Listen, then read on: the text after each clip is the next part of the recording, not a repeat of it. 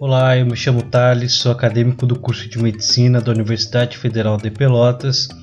Esse daqui é o Ginecologicamente Falando, podcast do Ambulatório de Ginecologia e Obstetrícia da Universidade Federal de Pelotas. Estamos aqui para apresentar temas importantes para a sociedade, referente à saúde da mulher. Semana passada nós conversamos com a doutora Guadalupe a respeito de pré-natal de baixo risco e hoje vamos dar sequência às perguntas que foram interrompidas no episódio da semana passada. Então vamos lá. Olá, doutora Guadalupe. Boa noite, Thales. Boa noite, doutora Guadalupe. Então vamos lá, começar as perguntas. Um fator que deixa as mães bem ansiosas é em relação à movimentação fetal.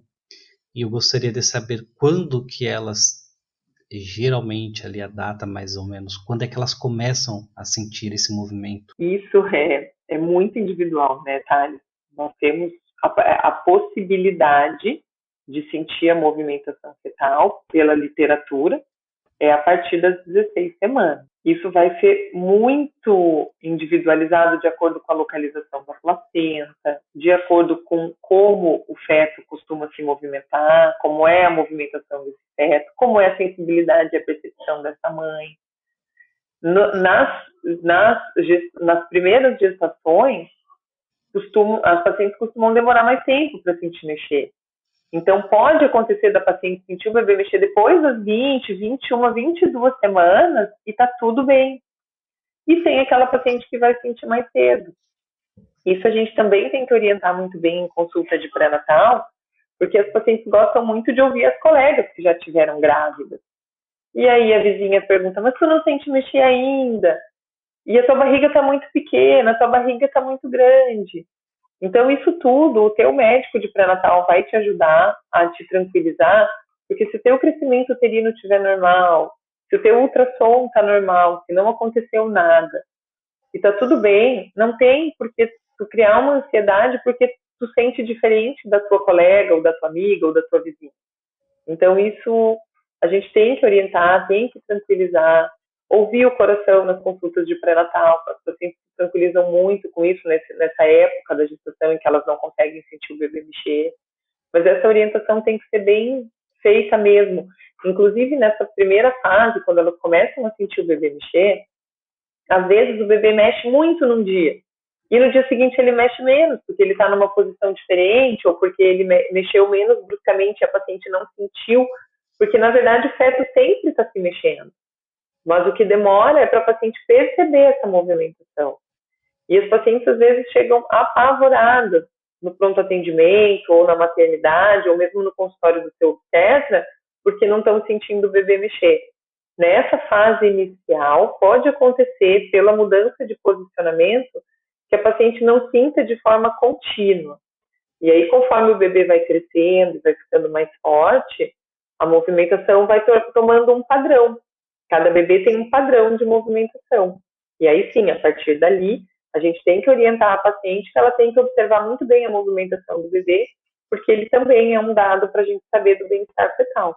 A senhora falou ali na questão da percepção materna e da movimentação fetal. Isso é algo que me instiga muito, porque tem alguns relatos de gestantes que alegam não, elas falam realmente isso acontece, mas eu tenho muita curiosidade de entender por que algumas gestantes elas chegam na maternidade e só descobrem que está grávida no momento do parto. Isso é muito instigante, porque entra nessa questão da movimentação fetal e na percepção materna.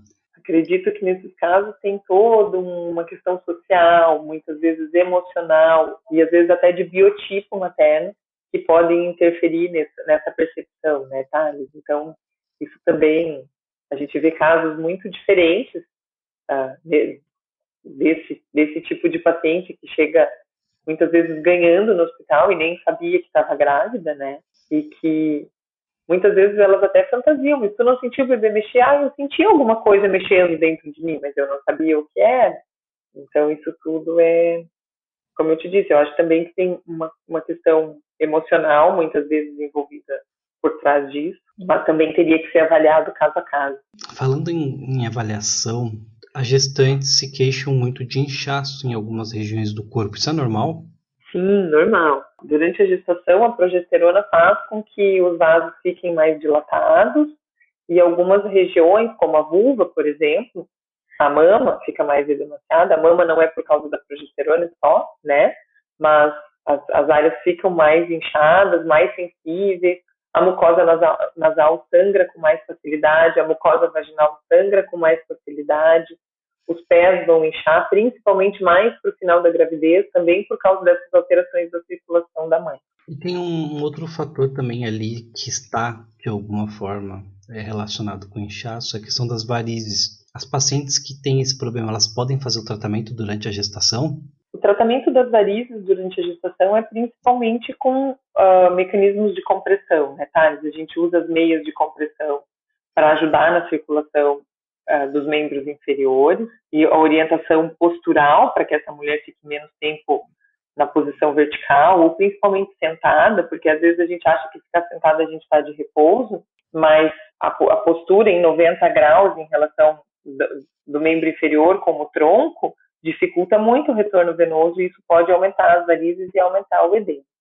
Algumas pacientes têm o surgimento de varizes durante a gravidez e isso pode acontecer também por causa dessas alterações circulatórias que a gente falou anteriormente e elas podem ser prevenidas ou minimizadas com o uso das meias de compressão, tá? Mas em casos mais graves a gente pode precisar da ajuda de um colega, de um vascular, para poder acompanhar adequadamente essa paciente e os riscos, porque tem as alterações circulatórias que a mãe vem, às vezes, anteriormente à gestação, que são patológicas, né? E aí ela precisa manter o seu tratamento, como precisa ser individualizada, precisa ser avaliada para ver daí as necessidades para aquela paciente de forma individualizada, né? Então, sempre que a gente fala sobre tratar alguma coisa na gestação, de alguma patologia que a paciente tem antes, todos os riscos e benefícios têm que ser calculados daquele tratamento. Não existe uma receita de bolo, né? Não é igual para todo mundo. Então, eu não vou tratar todas as hipertensas de forma igual, eu não vou tratar todos os pacientes com problema circulatório de forma igual. E aquilo que eu falei antes, numa outra questão que a gente conversou, a equipe multidisciplinar, ela sempre vai ter mais a acrescentar para a paciente do que só o acompanhamento com o seu médico pré-natalista. Então, é que a gente tem que cuidar que daqui a pouco a gente vai começar a sair do pré-natal de baixo risco, né? Então, os problemas circulatórios na paciente de risco habitual, os problemas de varizes na paciente de risco habitual, que é só aquela variz que é causada pela gestação, pela estase venosa ali nos membros inferiores, ela vai ser tratada principalmente com umas meias de compressão, e a grande maioria delas se resolve depois do parto. Aí o acompanhamento pós-natal é que vai ajudar a gente a saber se essa paciente vai voltar, se vão sumir as varizes ou não, né? Aproveitando que a senhora citou a questão de tratamento, enfim, algumas gestantes têm comorbidades, né? Algumas psicológicas, algumas delas tomam medicação de uso contínuo. Essas pacientes, elas podem seguir tomando essas medicações? Então, acho que eu já meio que respondi essa pergunta, né, Thales? Na primeira consulta de pré-natal, a gente vai conversar com essa paciente sobre todos os problemas de saúde que ela tem, sobre as medicações que ela usa de forma contínua, e aí a gente vai interferir nisso de acordo com cada paciente, de acordo com a medicação que ela usa. Na verdade, a grande importância nas pacientes que usam medicações crônicas é que ela tenha aquela avaliação pré-concepcional que você conversou com o Dr. Guilherme Bica, para que já seja orientado o paciente como que ela vai conduzir aquele tratamento quando ela engravidar. Porque muitas vezes tu já vai orientar a trocar a medicação se ela precisar ser trocada antes da paciente engravidar, se ela for de muito risco para o bebê. Ou tu vai orientar para a paciente que quando ela engravide, ela tem que procurar imediatamente o atendimento para que possa alterar essas medicações. Então, isso também é muito individualizado de acordo com a patologia, de acordo com a medicação que a paciente usa. A gente sempre tem que calcular risco e benefício para poder dar a orientação adequada e para que esse pré-natal transcorra de forma tranquila, né? Algumas dessas patologias já vão classificar a paciente como um pré-natal de alto risco.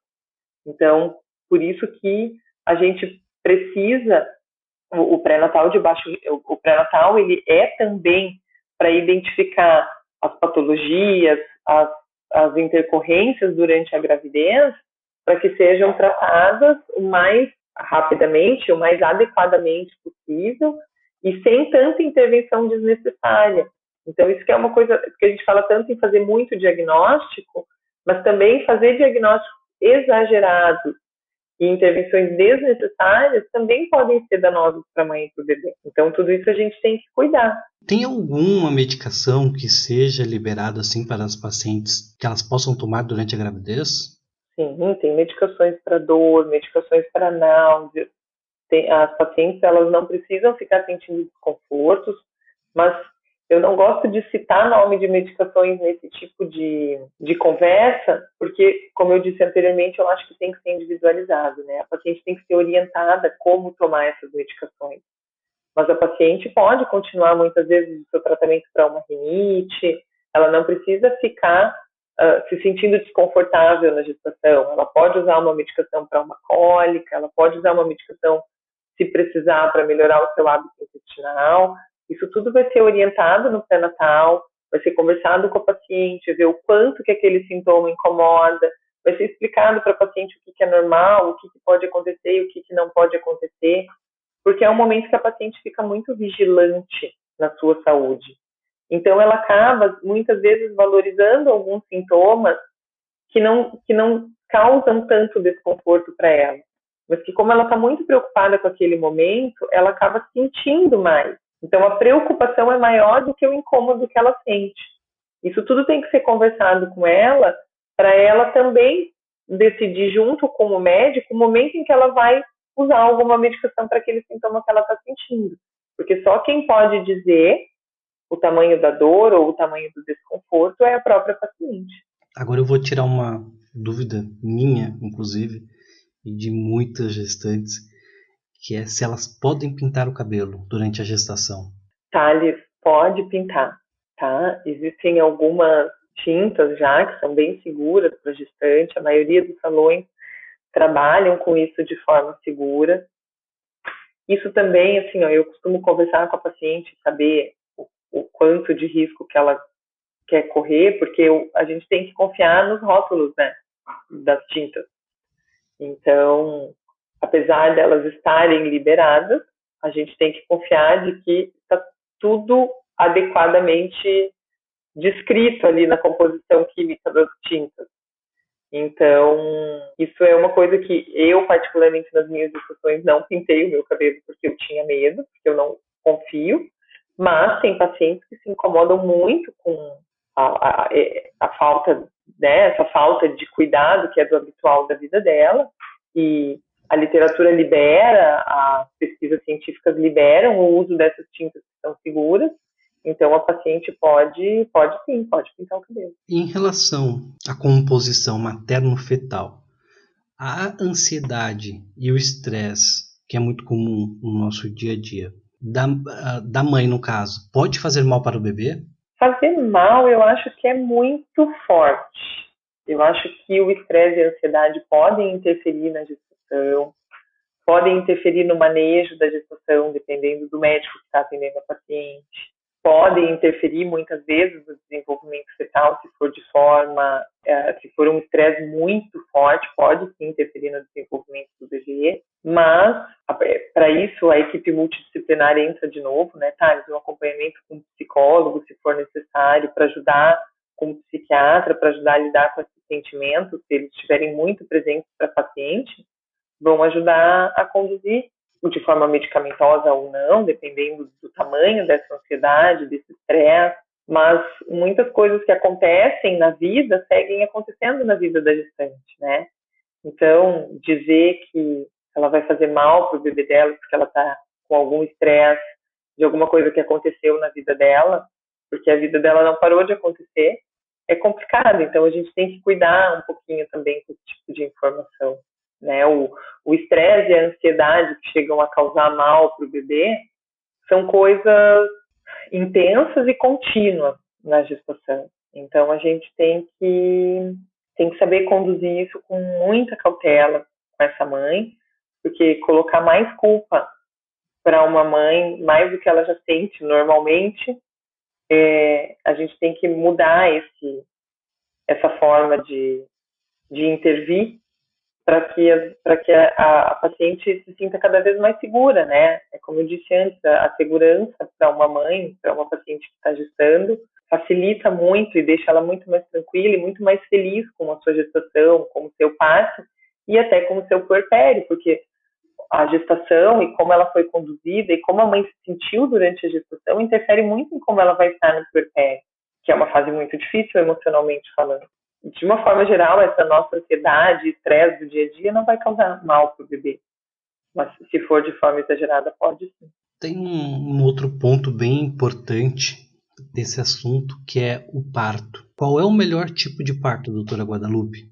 A melhor via de parto é a via obstétrica, né? Então a gente vai indicar o parto avaliando aquela gestação, avaliando a mãe, mas, de uma forma geral, a maioria das mulheres de gestação de risco habitual tem indicação de parto normal e é o melhor para ela e para o bebê. Sempre. O parto normal, via de regra, é a melhor via de parto para a mãe e para o bebê. E aí nós vamos ter as indicações de uma via alta, que vão ser individualizadas para cada paciente, que tem que ser conversado com o paciente, incluindo desde indicações da gestação e até, na minha opinião, indicações emocionais da mãe, porque tem mães que não estão preparadas para um parto normal. Mas isso também tem que ser feito tudo durante o pré-natal, né, Thales? Então, o pré-natal, ele também serve para a gente orientar o parto, para a gente preparar a mãe para o parto, para a gente entender as ansiedades do casal em relação ao parto, da família, enfim, e o que eles temem, o que eles têm segurança, o que eles imaginam, o que eles já ouviram, tirar todas as dúvidas, orientar quanto ao parto normal, que é a melhor via, como que ele acontece, o que pode ser feito, o que não pode ser feito. Então, tudo isso tem que ser conversado, tem que ser tirado todas as dúvidas para que aquela mulher chegue no momento do parto segura para ter o seu parto normal. Porque é muito bom o parto quando a mãe está segura com ele.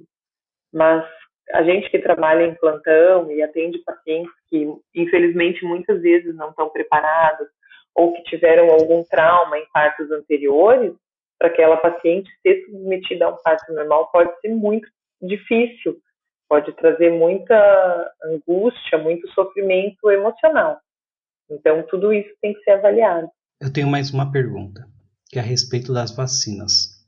As gestantes, elas precisam tomar vacinas pelo fato de estarem grávidas? Na gestação, o calendário vacinal tem que ser revisto, né? E as principais vacinas indicadas para gestante, então, são a vacina da hepatite B, que hoje em dia a grande maioria delas já é vacinada, porque já está no calendário vacinal, né? Então, a gente solicita o antígeno para ver se essa paciente está imunizada, e se ela não estiver imunizada, daí a gente aproveita, sim, o momento da gestação para imunizar essa mulher. A vacina do tétano, que pode ser feito o esquema completo ou pode ser feito só uma dose de reforço, também de acordo com o calendário da paciente, né? A gente tem que ver quando que foi feita a última vacina. A vacina da influenza, que é uma vacina que está sempre indicada na gestação. E agora a gente tem discutido muito o uso da vacina do Covid, né, Thales? Que infelizmente a gente não tem disponível ainda para ela, mas que a gente tem que considerar como um grupo a ser vacinado pelos riscos que elas correm de adquirir o Covid durante a gestação. Mas, como a gente ainda não tem a liberação, as pesquisas que liberam o uso com comprovação científica de segurança, também, se a paciente não quiser usar, ela tem que ser apoiada na sua decisão e orientada para se prevenir, para não ter contato, ou para diminuir os riscos de contágio, porque ela tem o direito de não querer fazer, né? Ótimo. Inclusive, isso também é tema de outro podcast, questão da Covid na gestação. Excelente, vai acrescentar muito para todo mundo. Nesse momento eu não tenho mais perguntas a fazer. Gostaria de agradecer a senhora por todos esses esclarecimentos, pelo tempo da senhora conversar aqui conosco, tirando algumas dúvidas, esclarecendo alguns tabus, alguns mitos, e ficou muito legal. Com certeza vai ajudar bastante, não só aos acadêmicos do 5º semestre do curso de medicina da UFAPEL, que estão no ambulatório de ginecologia e obstetrícia, mas também ao público leigo que ouve o podcast, e com certeza vai ser bem esclarecedor. Então, mais uma vez, muito obrigado pela participação da senhora. Eu que agradeço, Thales, a oportunidade de conversar com vocês. Sempre que quiserem conversar, eu estou aqui. Difícil, né? A disponibilidade, tu sabe como é que foi. Mas sempre que eu puder ajudar, vai ser um prazer. Então, agradeço em nome da equipe e em nome de todos, doutora Guadalupe. Obrigado, boa noite. E nos vemos na próxima terça-feira com outros temas. E vamos lá. Muito obrigado a todos. Boa noite. Boa noite.